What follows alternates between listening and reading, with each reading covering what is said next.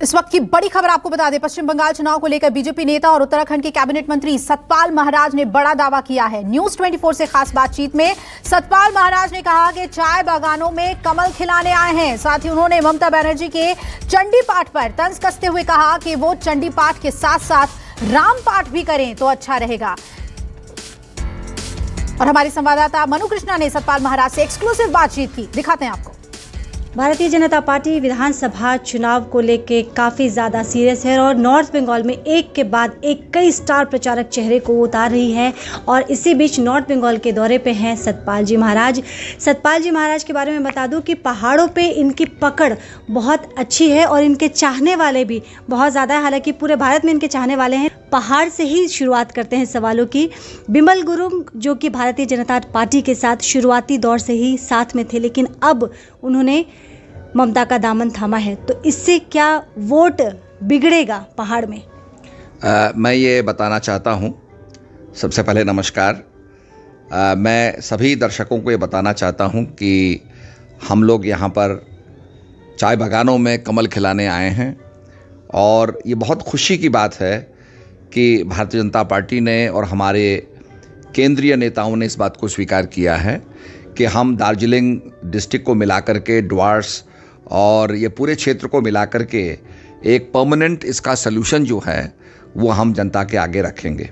ये बड़ी खुशी की बात है कि केंद्रीय नेतृत्व ने इसको स्वीकारा कि एक प्रॉब्लम है, ये इसका सलूशन होना चाहिए, इस पूरे क्षेत्र का डेवलपमेंट होना चाहिए।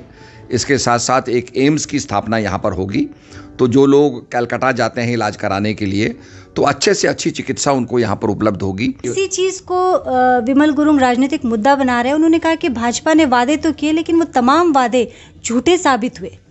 वो वायदे हमने किए हैं और वायदों को हम पूरा करेंगे इस समय, क्योंकि केंद्र में भाजपा की सरकार है और राज्य में भी भाजपा की सरकार होगी, तो निश्चित रूप में डबल इंजन की सरकार होगी और यहाँ जो वायदे हैं वो पूरे किए जाएंगे।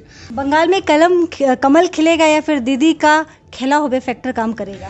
नहीं, इसमें मैं समझता हूं कि कमल खिलेगा। लोग इस समय एक मौका देना चाहते हैं माननीय प्रधानमंत्री जी को, पूरे देश ने उनको मौका दिया है और देश में उन्होंने भारत की गरिमा को, भारत के गौरव को आगे बढ़ाया है। आपने देखा होगा वर्ल्ड लीडर्स के बीच में मोदी जी चमकते हुए नजर आते हैं और निश्चित रूप में बंगाल की जनता भी चाहती है कि मोदी जी को एक मौका मिले। उन्होंने दीदी को मौका दे दिया है, पर एक मौका मोदी जी को देना चाहते हैं और निश्चित रूप में केंद्र में मोदी जी की सरकार होगी, यहाँ भी भाजपा की सरकार होगी, तो तेजी से विकास होगा। जय श्री राम के नारे से चिढ़ने वाली ममता बनर्जी अब खुले मंच पे चंडी पाठ कर रही हैं। ये बड़ी अच्छी बात है कि उनमें एक परिवर्तन आया है और चंडी पाठ के साथ साथ राम का पाठ भी करें तो बहुत अच्छा होगा। और मैं समझता हूँ कि इन मुद्दों से हट करके हमें विकास के मुद्दों को लेना चाहिए। और मैंने तो यहाँ पर नेपाली भाषा को मान्यता दिलाने के लिए पदयात्रा की थी। लेकिन इन दिनों ममता बनर्जी के बोल खुले मंच पे बहुत ज़्यादा बिगड़ैल हो रहे हैं। हाँ, वो नहीं होने चाहिए क्योंकि संतुलन हमें खोना नहीं चाहिए। जिस समय शंकराचार्य और मंडन मिश्र का शास्त्रार्थ हुआ था, उस समय जो आदमी आपको पता है कि उसके बिगड़ेल बॉल हो गए तो वो हार गया शास्त्रार्थ के अंदर और शंकराचार्य जी जीत गए। तो हमें अपना संतुलन नहीं खोना चाहिए और बड़ी खुशी की बात है कि इस इलाके के लिए एक टेलीविज़न स्टेशन और रेडियो स्टेशन मिलेगा और मैं समझता हूँ कि गोरखाली भाषा का उद्भव होगा।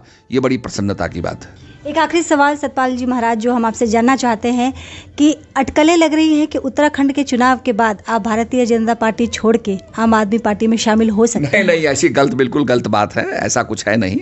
मैं यहाँ पर भारतीय जनता पार्टी में आया हूँ क्योंकि यहाँ पर पार्टी का एक सिद्धांत है और मेरा भी सिद्धांत था कि जब योग का और अध्यात्म का प्रचार होगा तो हमारा देश जो है विश्व गुरु बनेगा।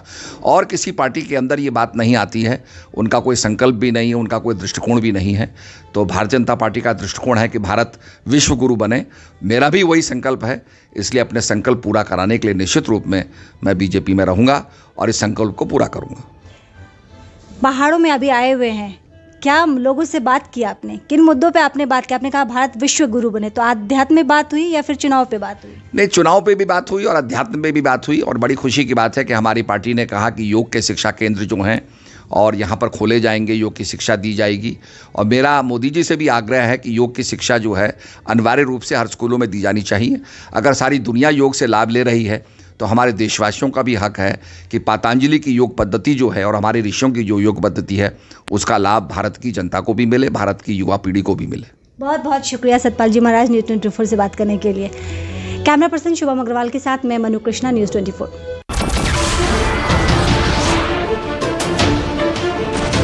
नमस्कार, मैं हूं मानक गुप्ता।